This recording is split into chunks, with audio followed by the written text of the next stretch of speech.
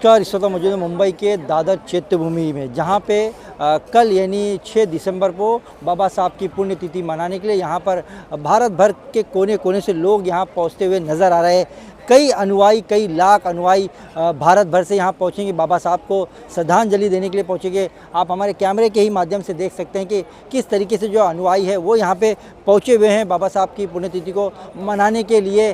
आज सेवा कुंड फाउंडेशन के द्वारा डॉक्टर अनिल कुमार गायकवाड़ सामाजिक सेवा कुंड महाराष्ट्र राज्य की ओर से यहाँ पर जो ये अनुयायी सारे आप देख सकते हैं जो आए हुए हैं, इनको बिस्किट और चाय की सुविधाएं दी जा रही है। क्योंकि आज ये मुंबई से नहीं, मुंबई के बाहर से बिहार, पंजाब, राजस्थान, यूपी, बंगाल ऐसे राज्यों से जो अनुयायी है वो यहाँ पर पहुँचे हैं भारी तादाद में। कल 6 दिसंबर है और भी जो तादाद है वो बढ़ेगी, लोग पहुँचेंगे बाबा साहब।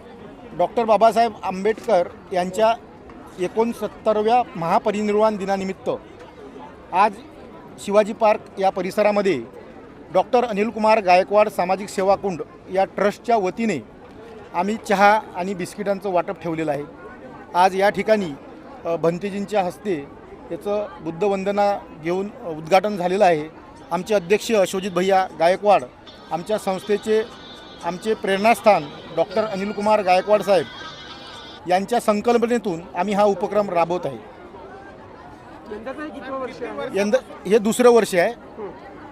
मागच्या वर्षी आम्ही चहा बिस्किटाचा हा उपक्रम राबवला होता, यावर्षी हाच उपक्रम आहे आणि लाखो अनुयायी याचा लाभ घेणार आहे। एकंदरीत कशा प्रकारे नियोजन आहे आणि जे अनुयायी इथे पोहोचत आहेत दर्शनासाठी त्यांची गैरसोय होऊ नये याची काळजी कशा प्रकारे घेतात? आम्ही या ठिकाणी महाराष्ट्रभरात जे आमची व्याप्ती आहे सेवा कुंडची, तर त्या माध्यमातून आमचे सर्व कार्यकर्ते महाराष्ट्रातून या ठिकाणी आलेले आहे। सर्व लोक या ठिकाणी जे लोक आले आहेत त्यांची जे काही सोय करता येईल त्या पद्धतीने यासोबत आम्ही त्यांची सेवा करणार आहे। आणि हा उपक्रम आज आणि उद्या दिवसभर, सकाळी उद्या 5 वाजतापासून पहाटे सुरू होणार, तर रात्री हा 11-12 वाजेपर्यंत सुरू असणार आहे। आजही आता सुरू झाल्यानंतर रात्री 11 वाजेपर्यंत हे सुरू असणार, 11 ते 12 वाजेपर्यंत सुरू असणार। किती वर्षापासून करतो? 2 वर्ष झाले, आता हा दुसरंच वर्ष आहे आमचं संस्थाची 2 वर्षाची।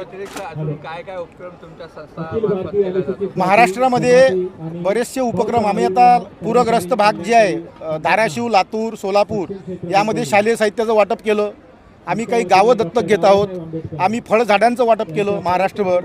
त्या फळझाडांसोबत आम्ही शालेय साहित्य जे आदिवासी भाग आहे, मेळघाट, पालघर, जे या भागांमध्ये जे मुलं आहे, ज्या गावात रस्ता जायला नाही अशा गावात आम्ही शालेय साहित्यांचं वाटप केलं।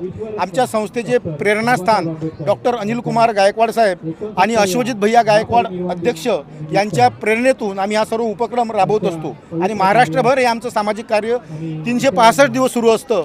आणि या चैत्यभूमीला यावर्षी आम्ही मोठ्या प्रमाणात या चहा आणि बिस्किट वाटपाचं नियोजन केलेलं आहे। वाढदिवसानिमित्त पप्पांच्या बड्डेनिमित्त आम्ही औरंगाबादपासून शिबिर चालू केलेलं आहे, रक्तदान शिबिर। 62,000 आम्ही युनिट जमा करणार आहे पुढच्या वाढदिवसापर्यंत।